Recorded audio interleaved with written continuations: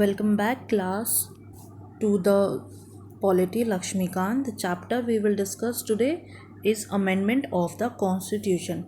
So, the amending the Constitution of India is the process of making changes to the nation's fundamental law or supreme law.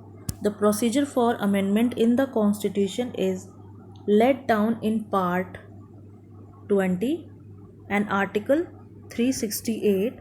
The procedure for amending the Constitution is neither flexible and nor rigid.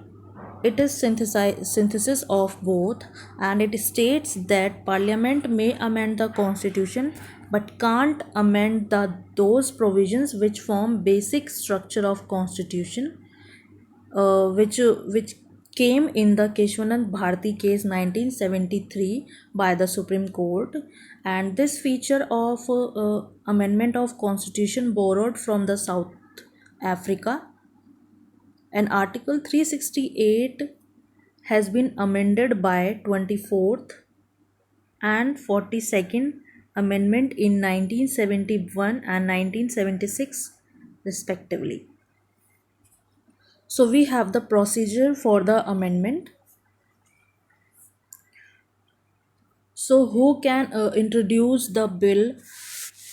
The amendment bill can be introduced only in either house of parliament, and it can be introduced either by a minister or a private member, and it cannot be introduced in state legislature. It can be only introduced in house of parliament, not in state legislature.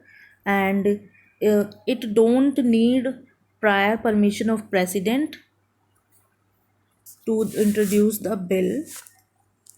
The bill must be passed in each house by the special majority, and special majority is the majority of total membership of that house plus majority of not less than 2 by third of members of that house present and were voting. Means total number majority of total membership of that house is 50% plus 2/3 of present and voting. Both the houses need to pass the bill with special majority, and there is no provision for a joint sitting in case of disagreement between the two houses. If there is disagreement between the houses that they are not agree on some provision whatever, there is no provision for the joint sitting. And special majority and ratification by legislature of half of the states by a simple majority is required for amending the federal provisions of the constitution. First we have seen the simple special majority is required to amending the constitution, but the federal part of constitution is amending, then we require the special majority and the ratification of legislature of the half of the states by the simple majority. So what is the role of the president in assenting the bill? In the 24th constitutional amendment, it also amended the article 368 to provide expressively that parliament has power to amend any provision of constitution, but it cannot amend the basic structures. And president President is obligatory to give his assent when a constitution amendment bill is presented to him.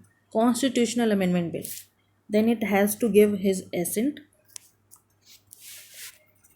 And state legislature has no role to introduce such a bill. There are some the examples which where the special majority is used to amending the laws of these are election of president and its manner, and supreme court and high court judges, power of parliament to amend the constitution, any of the list in the seventh schedule, representation of states in the parliament, and distribution of legislative power between union and states. So here we have the procedure for amendment of the constitution.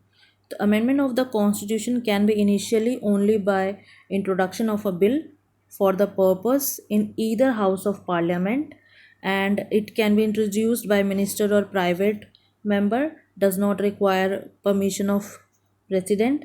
Bill must be passed in each house by special majority, no provision of joint sitting for the passage of the bill. And for the federal amendment, it requires also the ratification by legislature of half of the states, and president has to give for, his assent. He cannot withhold or cannot return the bill for the reconsideration. We have three types of amendment of the constitution. Amendment by the simple majority. Simple majority is the majority of members of each house present and voting.